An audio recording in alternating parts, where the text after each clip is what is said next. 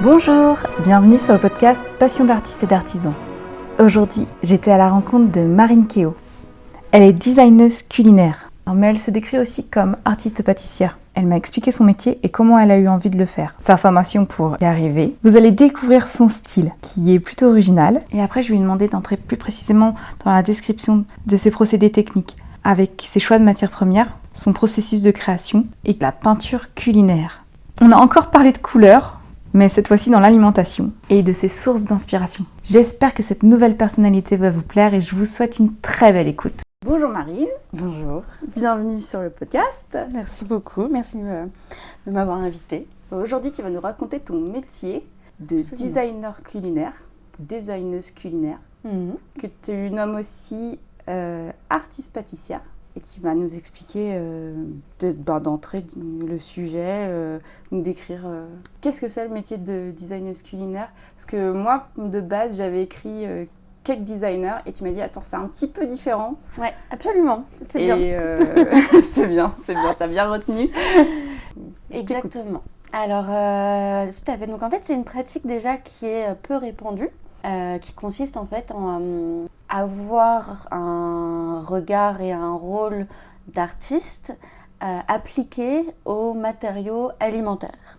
Et vraiment prendre l'aliment, que ce soit sucré ou salé, comme médium, comme support de création finalement. Moi j'ai appris l'art à travers le textile, le design textile, et je trouve qu'il y a beaucoup de parallèles qu'on peut faire parce que voilà, on a une surface sur laquelle on va broder, sur laquelle on va sérigraphier, et donc j'ai en fait ce regard-là, cette même correspondance avec le matériau alimentaire.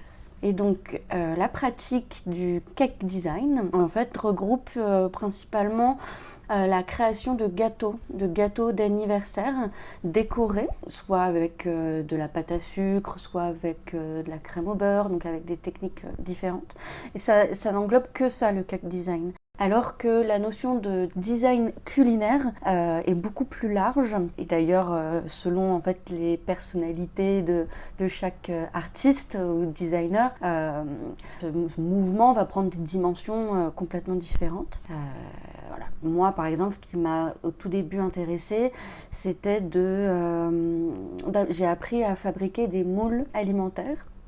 Donc de passer, je travaillais plutôt la 3D, le volume, et donc de créer mes propres matrices en terre, en plastiline, puis de venir créer des empreintes en silicone alimentaire pour pouvoir customiser la forme des gâteaux. D'accord. Est-ce que tu te souviens du moment où tu as voulu faire ce métier-là ? C'était il y a longtemps déjà. Je m'en souviens, c'est parti un peu d'une idée folle en fait. Je cherchais l'originalité. J'étais donc en cours de design textile matériaux surface à Duperré.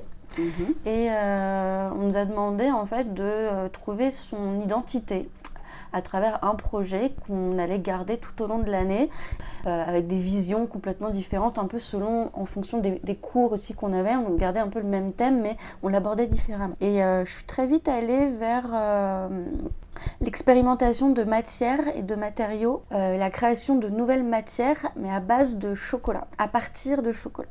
Donc du chocolat que j'ai mélangé avec des résines, du latex, des papiers, comme médium d'induction sur des cuirs. C'était pas comestible. Et ça ne l'était plus, mais on gardait quand même ces composantes organoleptiques parce qu'on avait une collection de textures olfactives et addictive. Il y avait ce côté, tu vois, l'idée c'était de pouvoir ensuite, donc moi j'étais simplement à faire des échantillons, mais après cet échantillon pouvait s'adapter à un fauteuil et se dire qu'on viendrait s'installer dans un fauteuil club en cuir, mais qui sent le chocolat, qui t'enivre, au toucher, on va retrouver quelque chose de velouté, qui va en fait te procurer des sensations, des émotions plus forte. Et donc je suis partie en fait de cette recherche autour du chocolat et de comment le conserver, capturer ses odeurs et ses bienfaits pour le corps et donc pour la décoration d'intérieur. Et après voilà, j'ai voulu aller un peu plus loin. Je me suis dit qu'effectivement c'était très intéressant de travailler le chocolat, donc l'aliment comme peinture, comme dans l'art, enfin bref. et j'ai voulu aller un peu plus loin, quoi, tout simplement. Ta formation, tu pourrais la décrire un peu? Parce que tu as une formation de pâtissière après ça ou... Bah oui, du coup, ça reste quand même un produit assez exigeant, et donc, qui demande des techniques et des savoir-faire, et c'est un réel métier, quoi, la pâtisserie. Donc oui, donc en fait, quand j'étais à Duperré, je devais faire un stage de 6 mois que j'ai fait chez Dalloyau, qui est un grand traiteur, et j'étais au service recherche et développement de chez Dalloyau. Et là, j'ai rencontré un homme merveilleux qui a tout de suite compris où je voulais aller, et qui m'a dit « Je pense que tu peux avoir une place en tant que designer dans le milieu dans la food, mais ça va être difficile parce que c'est encore un ancien métier très corporate, très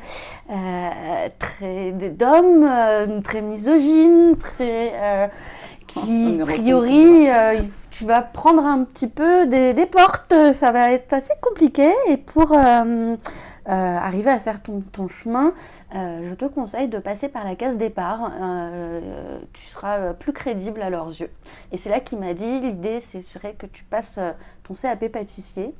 Et éventuellement, j'ai aussi fait le CAP chocolatier dans la foulée pour avoir un peu de crédibilité dans ton métier. Toi, t'avais fait un bac art appliqué. Voilà, bac art appliqué, oui. Ensuite, t'avais fait c'est une licence? C'est une licence pro, oui. En 2 ans, 3 ans? En fait, les licences pro, c'est 1 an. Du coup, j'ai eu un bac plus 3. D'accord. Mais j'ai fait aussi j'ai fait une fac d'art plastique 1 an. Je me suis un peu cherché ton chemin. Tes CAP, comme tu avais ton bac, tu les as fait en 1 an chacun, je suppose? Tout à fait, exactement, voilà. Ouais. Parce que normalement un CAP c'est 2 ans et là j'étais en reconversion, donc j'avais même pas non plus tous les cours de matière générale, tu vois, comme j'avais déjà un niveau post-bac, j'ai pas repassé le français, etc. Donc c'était une formation en accéléré et en 2 ans j'ai pu avoir les 2 CAP. C'est vrai que quand on se réoriente, même si c'est tout de suite après ta formation, on se dit, oh là là, je ne vais pas perdre trop de temps. C'est vrai que si tu étais repartie peut-être pour 4 ans, ça aurait été un peu plus... En effet. Après, je m'y suis prise tôt, tu vois, j'avais 25 ans. Et tu étais en alternance sur tes CAP ou tu étais en formation continue? J'étais en contrat d'apprentissage en entreprise. Je ne sais plus l'alternance exacte que j'avais, ça devait être 1 semaine sur 2. Et en effet, donc, comme j'avais ce grand mentor chez Dalloyau, il m'a permis en fait d'être apprentie chez eux aussi. Donc du coup, la première année en pâtisserie, j'étais apprentie chez Dalloyau. Et ensuite, la 2e année en chocolaterie, j'ai été apprentie chez Jean-Paul Evin. D'accord. Qui est un chocolatier qui est quand même très créatif, qui fait beaucoup de moulages. Il est connu pour ses moulages de talons aiguilles Louboutin en chocolat. Et dans ses vitrines, il a beaucoup de boutiques à Paris, et dans ses vitrines, il a toujours des sculptures, des œuvres d'art en chocolat. Et je crois qu'il a eu une année ou plusieurs années de suite, il a reproduit les compressions de César, mais pas en métal finalement, mais tout en chocolat. Voilà, donc il avait cette dimension artistique que j'aimais beaucoup et qui était cohérent dans mon travail et sur mon chemin, dans mon parcours. Et c'est marrant parce que naturellement, en fait, pendant ta formation textile, tu as été vers des sens qu'on ne développe pas forcément sur les formations artistiques. On va développer beaucoup le visuel, oui. Le volume à la limite, mais toi, tu as développé, donc, je pensais au goût, mais à l'odorat aussi. Et l'odorat aussi, oui. Et finalement, c'est des choses auxquelles tu es très sensible de base ou... Absolument. J'ai ce sens très développé. un peu moins la vue, beaucoup moins l'ouïe. Mais du coup, j'ai compensé. Et ouais, les odeurs, pour moi, c'est quelque chose assez difficile à exprimer et à expliquer.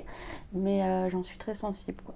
On dit que l'odeur, c'est ce qui reste le plus longtemps en mémoire comme souvenir sensoriel chez les gens. Parce que finalement, quand tu sens une odeur que tu n'as pas sentie depuis longtemps, par exemple, ça peut te replonger complètement dans un autre pays. Et ça te fait remonter les souvenirs comme aucune autre chose. C'est fou. Le concept de la Madeleine de Proust, c'est ça. Absolument, mais je trouve ça très intéressant. Et voilà, c'est un terrain aussi qui est assez peu développé, donc je trouvais ça intéressant d'être un peu pionnière dans cette recherche. Moi, j'aimerais bien qu'on parle un peu de ton style. Parce que qui dit artiste, qui dit designer, dit développement d'un style propre, d'une identité propre. Raconte-moi, c'est quoi ton style? Moi, je peux un peu développer un peu ce que je connais, ce qu'on peut voir. Je pense du coup à tes gâteaux peints et aussi après à des styles de gâteaux qui vont être plus autour justement du féminisme ou d'identité féminine. Donc j'aimerais un peu que tu te développes dessus. Très bien. Alors, oui, je pense que j'ai un style un peu subversif. J'ai toujours eu envie de provoquer des émotions, mais provoquer aussi dans le sens développer des sujets qu'on n'attend pas au premier abord et qui peuvent faire bouger les choses et qui peuvent... Provoquer pour énerver ou pour réveiller? Eh bien, les deux, justement. Ah, tu peux vouloir créer une sensation de dégoût chez les gens et pour quelque chose où il va falloir goûter. Pourquoi pas? Et c'est vrai que ça a été un débat, par exemple. Donc, par exemple, j'ai lancé une collection autour de la vulve. Une collection de biscuits où j'ai fabriqué mon propre emporte-pièce avec une imprimante 3D. Et donc, je pars toujours dans le process de création, je passe toujours par le dessin. Et du coup, j'avais griffonné beaucoup. En fait, je voulais être à la fois dans quelque chose de subtil, tout en ayant quand même un discours très cash. Parce que de premier abord, c'est pas forcément quelque chose de très ragoûtant qu'on a tout de suite envie de manger, quoi. C'est pas mignon. Mais j'ai voulu rendre ça plus subtil. Donc, par exemple, j'ai commencé à dessiner des coquillages, j'ai commencé à dessiner des coupes de fruits, des coupes de clémentines, pour brouiller un petit peu le regard, tout en justement trouver des similitudes dans la nature et je sais que à l'époque, au contraire, finalement, on voit souvent des formes phalliques sans que ça soit dit obligatoirement, du coup, d'aller plus vers des formes de sexe de femme, quoi, finalement. Absolument. Et voilà, je sais que ça a été un débat avec ma famille proche qui était là, mais Burk, mais qu'est-ce que c'est pourquoi? Ah non, ça donne pas du tout envie, mais quelle idée et ça qui m'intéresse en fait, c'est vraiment susciter ça, c'est à la fois la séduction et la répulsion en fait, d'avoir en fait, je pense que en voyant ces modèles-là, on n'avait pas spécialement envie d'y goûter, mais par contre, on a envie de comprendre le discours, on a envie de se dire, est-ce qu'elle est féministe, est-ce que son discours derrière est politique, ou est-ce que juste elle veut bousculer un petit peu les mœurs, le regard des gens, ou simplement, est-ce que c'est un phénomène de mode, ce qui m'intéresse en fait, c'est vraiment qu'on se pose des questions. Et la notion de manger et de donner envie de manger, elle a été compliquée pour moi à atteindre parce que ça n'a pas été ma première formation. Ma formation initiale, elle est vraiment dans l'art. Et donc, il a fallu que j'acquière ces codes pour que mes créations donnent envie d'être mangées, qui est quand même son utilité première finalement. Et donc ça a été un long travail parce que j'ai commencé le deuxième grand projet en tant que designer culinaire, c'est que j'ai créé ma propre collection de moules alimentaires en silicone alimentaire et sur le thème des minéraux et donc j'ai eu des pampilles Vous savez, c'est des formes en cristal avec des facettes qu'on accroche au lustre. Donc j'ai eu les vrais pampis, j'ai fabriqué mes moules, ma propre collection. Et ensuite, j'éditais ces pampis en chocolat, en pâte de fruits, en pâte d'amande, avec des feuilles d'argent, des feuilles d'or, avec des glossies. Mais finalement, quand on regarde cette collection, on regarde ces pièces, on voit le trompe-l'œil de la pierre. On s'imagine que c'est vraiment un diamant, que c'est vraiment une roche brute ou plus raffinée. Et l'envie de manger, elle est difficile finalement. Donc il a fallu que je fasse des recherches de texture, que j'aille vers le côté, par exemple, créer un granola qui va donner des sensations croquantes, de croustillant, mais qui, par l'aspect extérieur, va nous faire penser effectivement à du charbon ou à du granit. Voilà. Ce qui est intéressant pour moi, c'est vraiment de travailler ces textures et d'avoir susciter un recul et un intérêt en même temps. Voilà. Et effectivement, la notion du donner envie de manger, je dois encore travailler dessus, je pense. Ah oui. Je pense, oui. Peut-être ce sera toute ta vie. Exactement. J'avais noté aussi que tu as fait des collaborations, et je pense aux pommes tatouées. Ouais. Donc là, c'est juste des pommes, tu peux expliquer le concept, avec un dessin qui s'inscrit sur la pomme pendant sa croissance, en fait, c'est ça? Alors, c'est un peu le principe du soleil qui bronze la peau. On a tous eu ça au moins une fois dans notre vie, à bronzer et avoir le malheur de garder sa montre sur le poignet. Et puis, ou ses bagues. Moi, c'est un peu aussi le repère à la fin des vacances. Si j'ai pas la marque de ma bague sur la main, c'est que je ne suis pas bronzée. Et du coup, c'est ce principe de marquage de la peau de la pomme. Donc, la pomme... on va la faire pousser, on va la faire grandir dans un sac en papier pendant toute sa croissance, pendant toute l'année où elle va grossir. Et donc, sa peau ne verra jamais le soleil, sauf un mois avant la récolte. Donc, elle va grandir. Elle va probablement pas se gorger de toutes les vitamines qu'elle aurait pu prendre au cours de sa croissance. Mais donc un mois avant la récolte, on enlève ce sac en papier et en fait on va lui causer un pochoir. Le soleil va faire son travail finalement, il va colorer la peau de la pomme autour du pochoir. Et du coup là, elle va effectivement récupérer aussi les nutriments, les vitamines dont elle avait besoin et qu'elle n'a pas pu avoir avant. Et voilà, et du coup on peut ensuite cueillir la pomme dans l'arbre, retirer le petit pochoir et se retrouver avec la marque du pochoir sur la peau de la pomme. Et toi, tu avais fait des pochoirs avec des têtes de mort un peu inspiration mexicaine. Voilà, tout à fait. Dans mon style. En même temps, du coup, c'est pour la saison des pommes, ça tombe à l'automne, donc c'était thème Halloween et les fêtes mexicaines qui tombent au même moment, de la Toussaint, finalement. C'est ça. Mais c'était une collaboration, du coup, avec la personne qui fait grandir les pommes et avec une tatoueuse aussi, non? Ou je me trompe? Alors, pas exactement. Sur le projet, on était deux. La réelle collaboration initiale, en fait, c'est plutôt avec les murs à pêche de Montreuil et précisément l'école d'horticulture de Montreuil.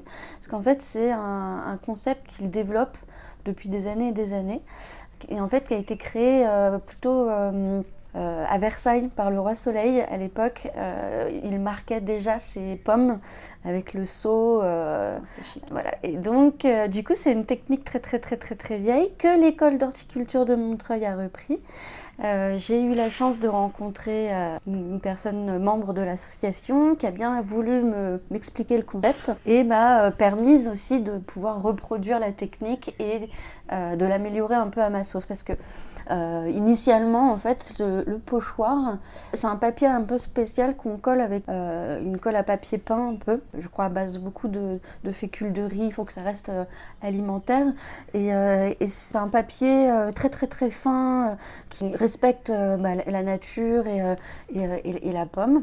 Et moi, j'ai changé un peu la technique et j'y ai collé directement des stickers. que je trouvais que c'était plus intéressant parce que ça épousait plus la peau de la pomme et du coup on avait des contours plus nets dans le marquage du dessin et puis dans la facilité finalement à poser. Et donc la première collaboration c'est avec cette école d'horticulture. Ensuite j'ai parlé de ce projet à une très bonne amie, une connaissance de Dupéret, qui, elle, a plus cette notion de graphiste et de dessinatrice. Et donc, elle a tout de suite adoré le projet. Et donc, elle avait, là, la mission de dessiner les têtes de mort mexicaines et de dessiner le packaging, parce qu'on a créé aussi une boîte qui allait avec cette pomme.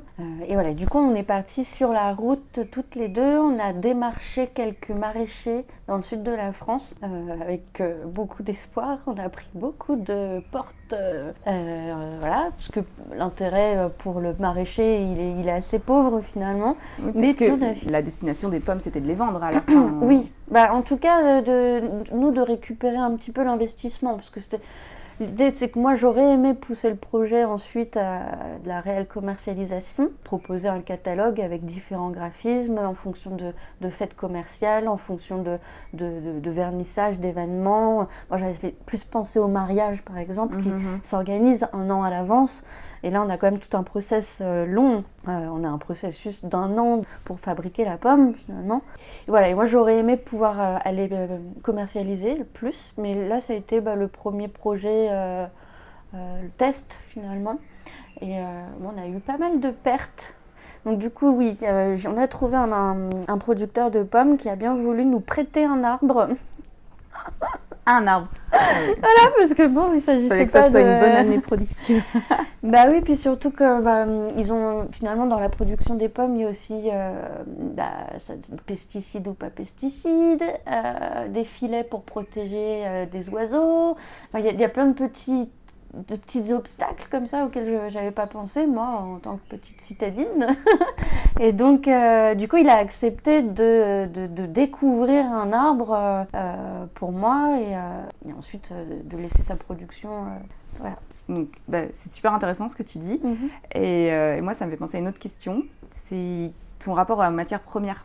Ouais. Et il y a plusieurs questions dans cette question. C'est vers quoi tu vas pour les choix niveau santé et tes goûts aussi et tes appétences, et est-ce que tu vas à l'inverse de tes goûts, comment tu fais justement pour ces choix-là? C'est une question très vaste. Oui. Alors, très paradoxalement, je suis plus salée que sucrée.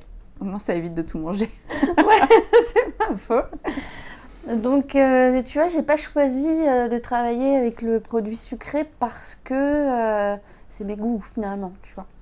Je trouvais que le sucré apportait avait un potentiel plus important créativement parlant que le salé, alors qu'en fait c'est faux finalement, parce que voilà, dans les légumes on peut avoir des couleurs sublimes, dans la taille des légumes aussi, mais je trouvais qu'au niveau de la présentation, tu vois, on était plus habitué en pâtisserie, chocolaterie à avoir des belles pâtisseries avec des compositions, avec des strates de couleurs, des millefeuilles, des couches. Alors, il y a déjà dans ce métier-là un travail sur la texture. On va avoir dans un gâteau, on va avoir du croquant, du fondant, du moussant, on va avoir toutes ces textures en bouche. Elles sont très très importantes dans l'appréciation du mets et dans l'expérience de la dégustation finalement. C'est vrai qu'on s'ennuie assez vite à manger une danette toute lisse.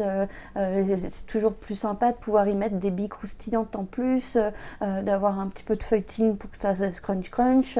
Et tu vois, donc déjà dans l'expérience gustative, on est dans cette recherche de texture que je trouve très très très très très intéressante. Et donc mes choix en fait, ils vont aller plus vers l'esthétisme, plus que vers le goût. Donc là, tu parles des textures et les choix des aliments. Est-ce que tu vas éviter les allergènes ou sans gluten, ou t'es très végane, ou tout doit être bio, ou tu t'en fous? Clairement, je m'en fous. C'est mal, je crois. Alors si évidemment je vais aller vers le bio, ça c'est sûr et certain. Je suis pro beurre. Je suis désolée les véganes, mais pour moi c'est très très très très important. Le beurre, c'est le conducteur du goût en fait, c'est ce qui vraiment fait la différence. Un beurre salé de préférence.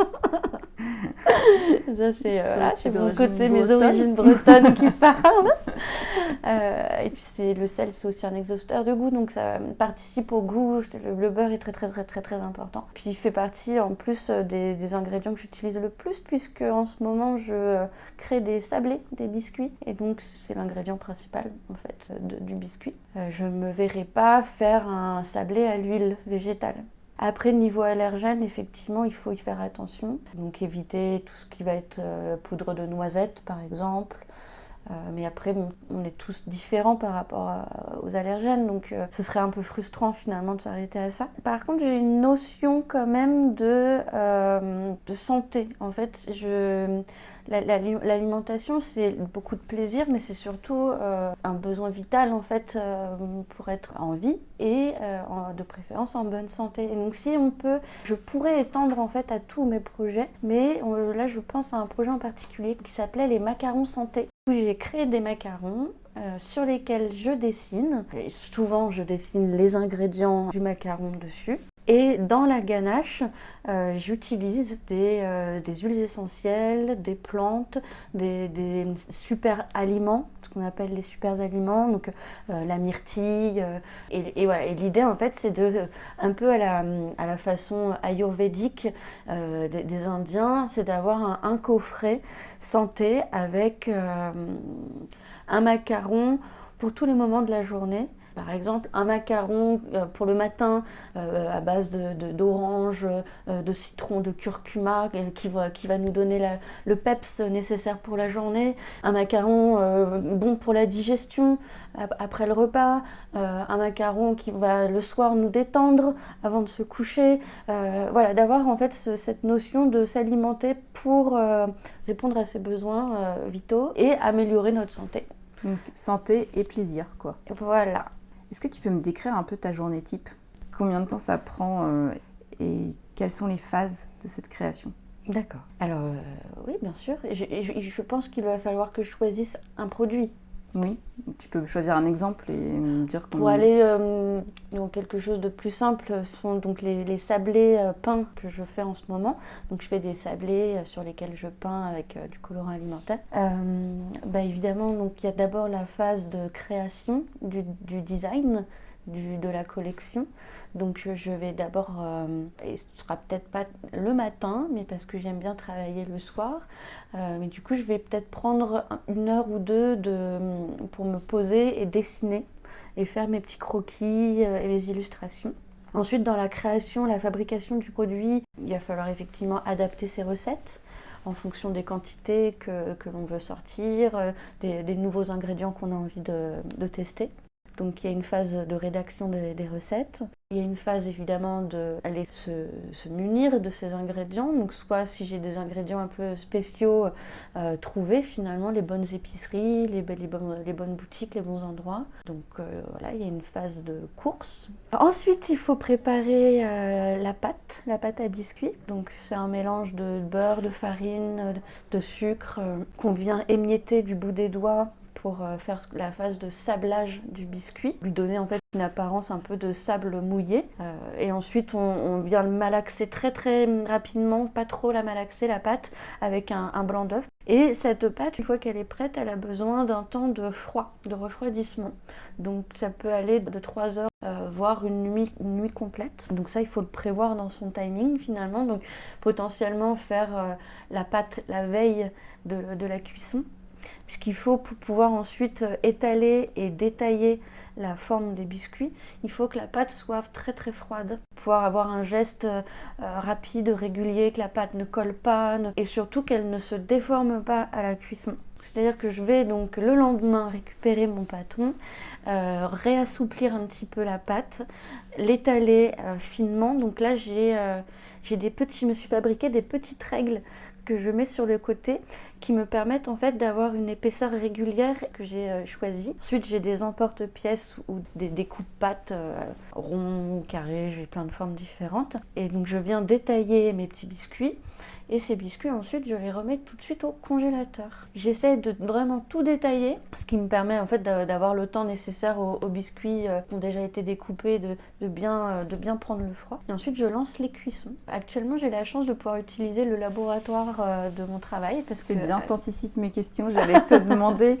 où est-ce que tu fais ça? Est-ce que tu fais ça donc chez toi? évidemment, comme toute personne qui commence, on minimise les frais. Donc c'est obligatoire quand on travaille un produit alimentaire, il faut travailler dans des normes d'hygiène, c'est très très très très important. Et donc il faut travailler dans un laboratoire, une cuisine professionnelle. Et c'est vrai que c'est un petit peu compliqué au début de pouvoir dégager suffisamment de bénéfices pour pouvoir assumer ce coût. Donc du coup là actuellement je suis pâtissière dans un salon de thé japonais à Montreuil en mi-temps, donc je fais un 27 heures chez elle, ce qui me permet du coup d'avoir du temps pour mon projet, mes projets personnels, mais d'avoir quand même un petit salaire qui m'aide à payer mon loyer. Et du coup, j'ai accès à ce laboratoire dans des temps où la cuisinière Tokiko n'utilise pas les lieux.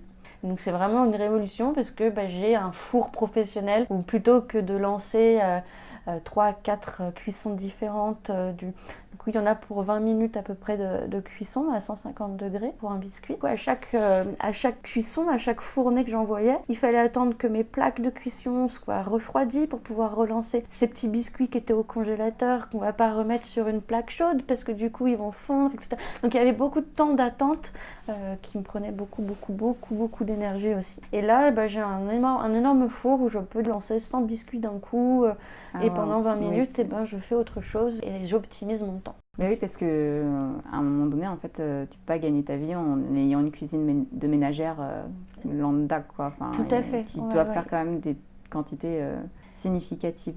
Et ce temps-là, sur ton développement de designeuse, ça représente combien de temps dans ta semaine? Parce que si tu as 27 heures à travailler en tant qu'employée, après, tu consacres combien de temps? Eh bien, ça varie en fonction du volume, mais ça peut être entre 5 et 10 heures. Par semaine? Par semaine, oui. Et je vois que tu lances des collections par saison, donc côté de saisonnalité. Donc il y a des moments où tu vas être en gros rush. Tout à fait. Et des moments où ça va être beaucoup plus calme, voire même rien peut-être? C'est possible, tout à fait. Après, on a beaucoup de chance, entre guillemets, on a beaucoup de fêtes commerciales ou de fêtes religieuses. Et donc, souvent, j'ai assez peu de temps latent. Mais oui, ça arrive que j'ai une semaine où j'ai aucun biscuit à faire, effectivement. Du coup après je vais continuer sur le process du biscuit parce que je dessine donc sur la surface du gâteau, mais je dessine sur ce qu'on appelle de la glace royale. Donc il faut ensuite, une fois que le biscuit La glace est royale, cuit, c'est une sorte de meringue, c'est ça? C'est tout à fait ça, exactement. C'est un mélange de sucre glace et de blanc d'œuf battu avec un petit peu de citron pour stabiliser. Et ça prend 48 heures à sécher. Parce que je dois préparer 2 textures différentes, faire avec une petite poche à douille le contour de ma forme, avec une pâte, donc une meringue plus dure, plus pâteuse. Et ensuite, je dois remplir cette forme avec une meringue plus liquide. Donc on a 2 textures différentes. Et cette meringue liquide qui est mélangée et coupée à l'eau met 48 heures à sécher. Donc là aussi, c'est très compliqué chez soi. D'avoir ce qu'en entreprise on a ce qu'on appelle des échelles où du coup on peut superposer nos plaques sur une échelle qui va finalement prendre la place d'un frigo. Si on n'a pas cet accessoire à la maison, il faut poser sur toutes les surfaces, donc les tables, les plans de travail, les échelles, ça ressemble un peu à ces porte-plateaux qu'on a dans les cantines ou pour ranger. Oui, c'est ça, absolument. Ça. Ouais. Okay. J'aime bien avoir des images pour illustrer. Et là, maintenant, tu peins après dessus. Et après, on peint. Voilà. Tu peins au pinceau? Directement. Alors, je me fais un petit... Là, je vais quand même donner mes petites astuces, mais je ne vais pas dessiner un biscuit. Je vais en faire 15, 20, 100 biscuits. Et il faut que ces biscuits soient tous identiques finalement. Alors effectivement, j'ai cette notion de pâtisserie haute couture, de luxe, donc que chaque élément en fait est une pièce unique, parce que dessinée à la main, de façon artisanale, etc. Mais il y a quand même finalement, il faut qu'il y ait une reproduction, une qualité, voilà.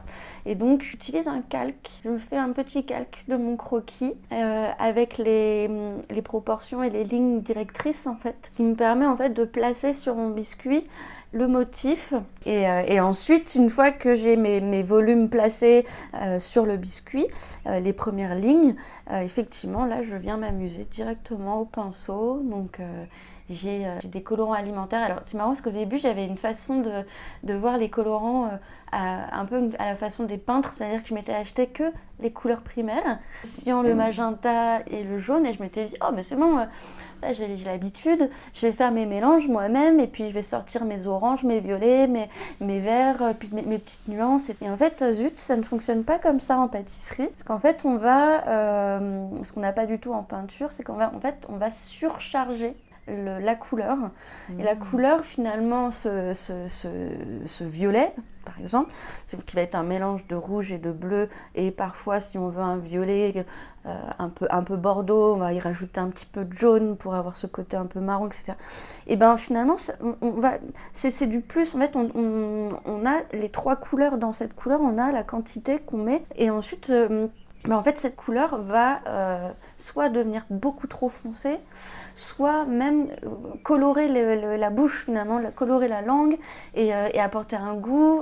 On surcharge la matière. Tu as dû faire beaucoup de loupés, beaucoup de recherches pour trouver tes couleurs, et en plus tu utilises toutes les couleurs. Tu te limites pas à faire des monochromes, parce que là tu m'as montré une photo de papillon, donc voilà, c'est subtil, des carottes, mais pas la carotte orange, la carotte violette, la carotte jaune et la carotte orange. Enfin, tu te limites pas, quoi. Non, donc ça veut dire pas de limitation, plus de problèmes, plus de recherche, plus de... Ah non, mais c'est aussi parce que dans ce souci de donner envie de manger, la couleur est très importante. C'est ce qui va susciter un peu l'appétence. Il y a l'appétit, c'est avoir faim, mais l'appétence, c'est avoir envie de manger. Et du coup, ça, c'est un petit peu l'expérience qui parle, mais en fait, plus je vais utiliser des couleurs vives et pétillantes, et plus le client va avoir envie de le manger, finalement. Donc, qu'est-ce que tu définis comme couleur vive et pétillante? Parce que là, les gens, ils vont s'habiller souvent en noir, en bleu marine, en bleu, mais ils vont pas aller vers les aliments bleus. Donc, justement, je voulais effectivement aborder ce sujet. On dit que le bleu, effectivement, est plutôt à oublier en alimentation, parce que nous, ça va plutôt nous faire penser en fait à la moisissure. Pourtant j'adore le fromage, le bleu, le roquefort, etc. Mais voilà, on a cette référence là en fait de nourriture avariée, de nourriture même limite dangereuse pour notre santé. Du coup, il faut vraiment oublier le bleu, alors que j'adore cette couleur. Et moi, je me frustre pas à ne pas en remettre. Et au contraire, je vais, même dans la recherche de mes modèles que je dessine, quand je vais créer une nouvelle collection, je fais toujours en sorte d'avoir un élément bleu. J'aimerais bien maintenant que tu me parles de qu'est-ce qui t'inspire et quel type d'art tu consommes, d'art ou d'artisanat. J'ai toujours eu cette culture, moi, de faire des expositions. Mais en fait, je suis très ouverte à beaucoup de choses. J'aime beaucoup la peinture, j'aime beaucoup la sculpture, j'adore le bois, donc tout ce qui va être même l'ameublement, la mode, le bijou. Enfin, je vais avoir beaucoup de mal à répondre à cette question parce que je suis alimentée par tout en fait. Tu peux me dire peut-être les dernières expos que tu as vues ou les derniers artistes que tu as vus qui t'ont parlé, qui t'ont touché? ça va être un petit peu vieillot, mais je suis une grande fan de Alphonse Mucha. Et donc j'ai été voir la dernière grosse rétrospective qu'il y a eu au Grand Palais. Du coup c'était une exposition immersive, un peu comme, je sais plus comment ça s'appelle, l'Atelier des Lumières, où finalement on a toutes ces toiles qui sont projetées au mur sur des énormes surfaces. Donc ça permet, tu vois, nous de se retrouver, de se sentir encore tout petit face à l'immensité de son art et en même temps peut-être de découvrir des détails que tu n'aurais jamais vus parce que là ils sont clairement juste projetés sur 3 mètres sur 3 et qu'en vrai c'est un micro détail qui fait 3 cm sur le tableau. C'est une nouvelle lecture, une relecture que j'ai eue alors que c'est un artiste que je connais très très bien et voilà, que je connais depuis un moment. J'ai quand même réussi à redécouvrir son travail à travers ce système-là. Moi j'aime beaucoup aussi, j'ai été 2 fois à Prague au musée Mucha et je le conseille. Voilà, mais je suis capable d'aller faire par exemple les ateliers d'artistes de Montreuil et de me balader dans Montreuil et de rentrer dans des petits ateliers donc, d'artistes pas connus qui vivent au nom de leur passion et de prendre le plaisir de pouvoir parler avec l'artiste et à la fois en fait d'aller dans des gros musées type musée d'Orsay et de m'émerveiller devant des sculptures d'un artiste avec qui je pourrais pas du tout avoir d'interaction. Voilà, après j'aime beaucoup aller au cinéma, au théâtre. La musique et la danse me touchent beaucoup aussi. Donc le mouvement, une forme d'expression aussi, d'émotion. Je suis très touchée en fait, je suis quelqu'un d'hypersensible. Ça peut être une qualité, mais ça peut aussi être handicapant dans notre société là, qui déshumanise tout aujourd'hui. Du coup, je peux très très très très vite pleurer et être émue et m'émouvoir. Voilà, pour moi, la musique et la danse, ça me touche vraiment, vraiment beaucoup, quoi. Et d'ailleurs, j'ai pris le choix de ne pas jouer d'un instrument pour ne pas trop maîtriser et rester le plus naïf possible pour garder mes émotions pures, en fait, face à ça. Je comprends. Mais d'un certain point de vue, finalement, ça revient sur ce que tu as dit tout à l'heure, sur le fait de dire que tu es plus un bec salé qu'un bec sucré. Et en fait, moi, je pense aussi qu'on peut aimer faire des choses, mais pas obligatoirement les consommer, et vice-versa. Et on peut ne pas aimer faire de la musique, mais on adore écouter de la musique. Et c'est pas un problème, en fait. Absolument. Mais c'est bien de se le dire et se le définir, par contre, pour pas aller au-devant de déception. Mais je suis alignée avec cette vision-là. Super. Enfin, en tout cas, je comprends. Et tu vois, quand tu as dit, du coup, j'aime Mucha, je peux aller au musée d'Orsay, je me cite plutôt des personnes qui font du figuratif. Et tu vois, tu fais du figuratif aussi. En tout cas, non, j'ai pas le souvenir de t'avoir vu faire un monochrome ou des aplats de couleurs. Tu fais aussi du figuratif. Oui, tout à fait. Ouais. Oui, et puis, tu vois, je vais aller vers le bijou, par exemple, j'adore, quoi. Il faut effectivement quelque chose de matériel, il faut de l'ornementation, il faut de la matière, c'est vrai que l'abstrait me parle moins, beaucoup moins. Je suis toujours très fascinée par Rothko, par même finalement tout ce qui avait été un peu le surréalisme aussi. Mais ça me touche moins, tu vois. Rothko, en fait, ce qui va m'intéresser, ça va être un peu ces couches avec ces textures. J'ai été voir une expo de lui, je crois que c'était au musée d'Orsay, et c'était une toute petite série sur ces noirs. Et c'était que des aplats de noir, mais avec pour le coup des textures, des couches, où il avait gravé, griffé la peinture, la matière. Et du coup, on avait,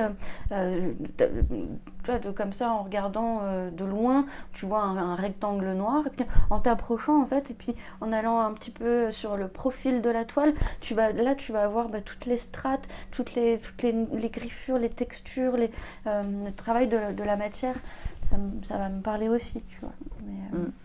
Et bon, c'est ma dernière question.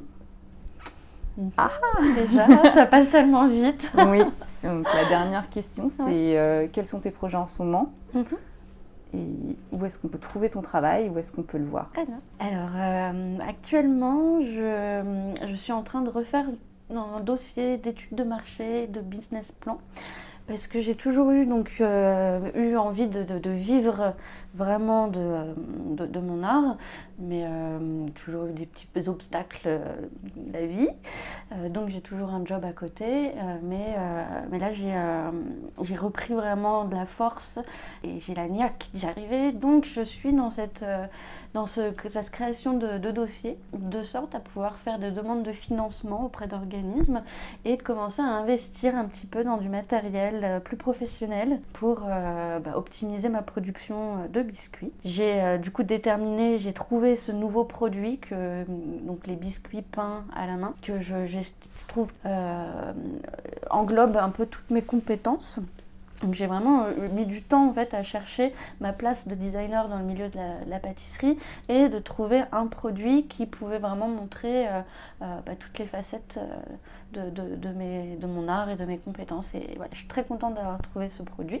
Je suis sûre que je vais encore évoluer et que je vais avoir de plus en plus d'autres idées, d'autres envies. Mais voilà, pour le moment, je suis dans la création de biscuits peints à la main et l'envie de développer la production pour pouvoir en vivre pleinement.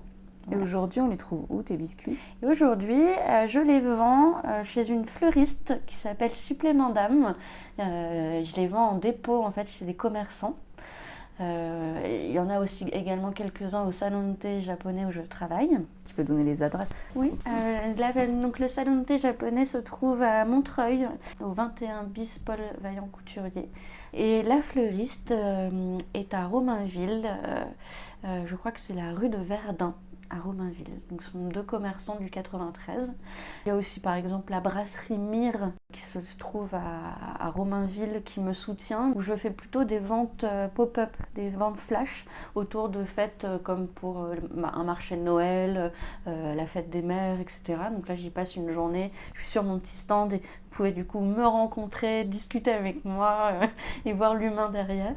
Donc je suis aussi sur Instagram, vous pouvez m'envoyer des messages via Instagram, ma page professionnelle, ou via WhatsApp avec mon numéro de téléphone. Donc je m'appelle Marine Keo Création sur les réseaux sociaux, avec au pluriel création. Et l'idée serait d'avoir un site internet, mais plutôt un site vitrine, avec une adresse mail et prendre les commandes, donc avec évidemment sur ce site les conditions de commande, un petit catalogue avec des propositions de création et ensuite s'il y a besoin de personnaliser un produit, on fera des échanges de mails pour personnaliser.